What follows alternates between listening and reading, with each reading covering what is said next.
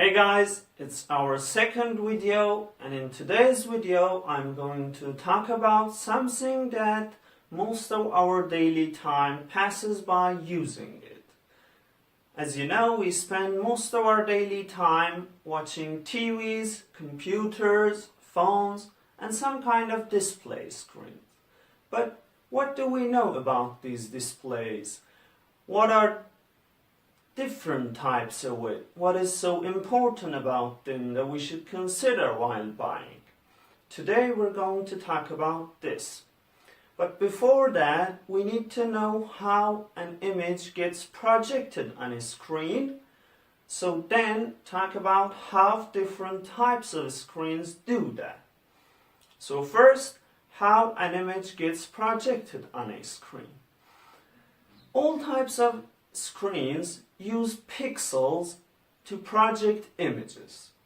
Pixels are tiny little dots accumulated on a plane and creating our display screen. Number of these pixels, vertically and horizontally accumulated on a plane, are named resolution of that screen.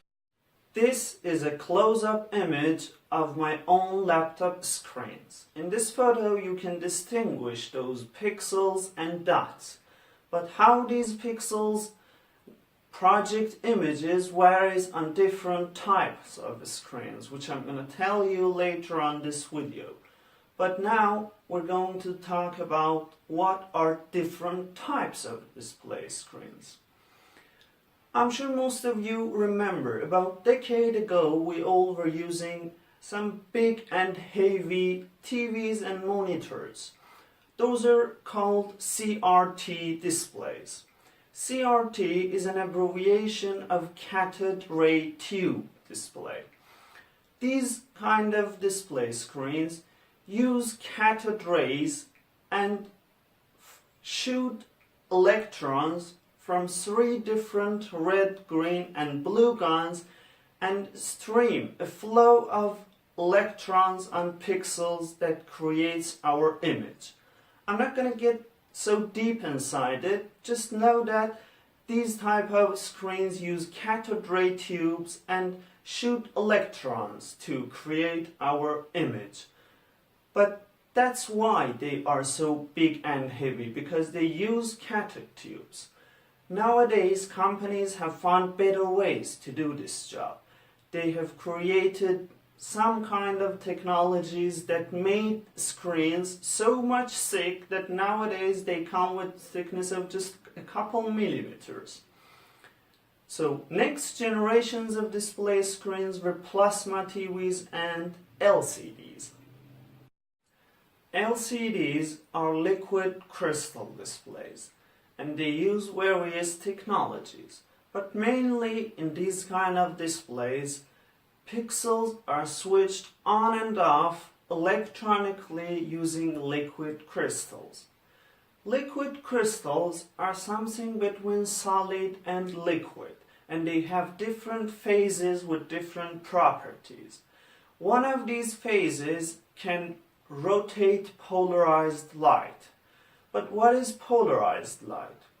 When we say polarizing, we mean this. As you know, light travels in wavy and linear mode. When we say polarizing, we mean creating filters of light and arranging them vertically so close together that only vertical bars of light can get through it. In LCD displays, they place 2 of these filters in 90 degrees to each other. When one of these rotates, lets light pass through, and another red, green or blue filter gives our pixel its color. I know LCDs are a little complex. If you didn't understand them, just watch this part again or write in comments, I'll explain you more. But now we reach LED displays. In LEDs, an array of light emitting diodes are used as pixels. they themselves have different types like OLEDs, QLEDs, AMOLEDs, which in OLED TVs the emissive electroluminescent layer is a film of organic component. Okay? And now if these OLED TVs are controlled by an active matrix, they will become AMOLED. But what is active matrix? Active matrix means that each pixel is connected to a capacitor and transistor and is controlled individually.